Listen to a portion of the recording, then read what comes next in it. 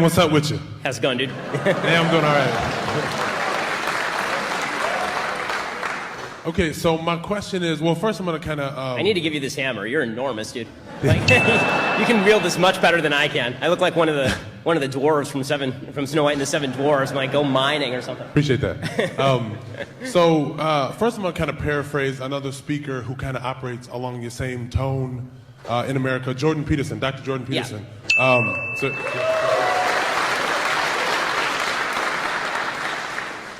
So one of the things that he often talks about is at the basis or the premise of the ongoing debate between conservatism versus liberalism is that at the basis of each, conservatism is like the protection of the hierarchy, whereas on the liberal side it's more so the protection and promotion of egalitarianism. And so my question to you is, one thing that he makes clear is that both sides are necessary for or are ideal in a country that moves forward at a fast pace as the United States has done. And so my question to you is, it seems as though you have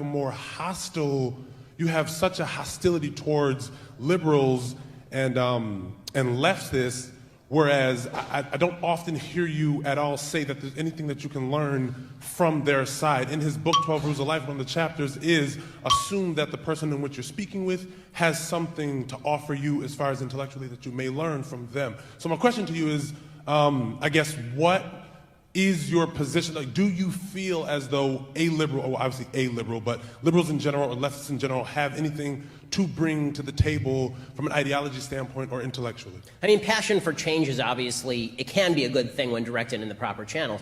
As you say, the left's focus on egalitarianism is good so long as it is focused on the equal application of rights, not on the false attempts to override biology and natural hierarchies. So I think Jordan would agree with me on the idea that if you butt up against a natural hierarchy, or if you butt up against natural differences, because I don't think every difference is a hierarchy. If you butt up against natural difference, you butt up against reality. Trying to override reality with artificial equality is going to be a giant failure and can, as Jordan would say, murder millions in the process, right? That's what Jordan thinks communism was basically there are differences between human beings. Failure to respect those differences is what, in the name of equality, is what leads to the gulags. So while Jordan is, I think he's a little bit less robust in the language that he uses with regard to the left. He's just as anti-left with regard to the focus on hardcore egalitarianism, where the left. So I do think, and I do make a distinction between, as I've said, liberals and the left. The left is a far more censorious force, and they want to censor a lot more. They're a lot more tyrannical. They want to control a lot more from the top. People who are liberals, who are arguing over the proper scope of government in particular areas, I think there's plenty to learn, and I think that you can have fulsome exchanges about the nature of what sort of social welfare state can be supported or is appropriate, and you can have a data exchange on that sort of thing. Where you can't really have an exchange is when you're running up against, is when people are falsifying the facts, as they are when they say that men and women are exactly the same, for example. So I appreciate the critique, and I'll try to take that to heart.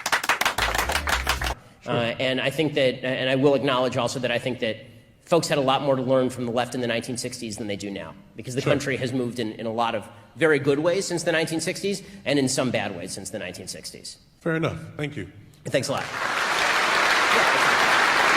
Can I ask another question, or? Yeah, one more. Go for it. We have another one? Mm-hmm. Okay, and this has to do with the whole, national anthem in players kneeling during games in the NFL. And so my question is this: I feel that regardless of whether you agree with the act or not, someone taking a knee during the national anthem at the beginning of a football game, I believe that if you don't say, okay, I disagree with the act, I don't think it's the right place, I don't think it's the right whatever the case may be, however, I agree with it in so much as I would like to protect that individual's freedom of speech. And my question is, I don't hear, well, you certainly, or a lot of anyone on the conservative side or right side, as you would call it, as someone may call it, defending, saying, okay, look, I don't agree with it, but I agree with that person's freedom of speech in that moment, or utilizing that act. So it depends on the forum. So this is a public university. I have a right to speak here, right? There's a difference between that and, for example, DePaul University. So DePaul University is a private university. Last year, I think it was last year, DePaul invited me to speak, or at least some of the students did. The administration said I couldn't, and when I showed up on campus, they threatened to arrest me.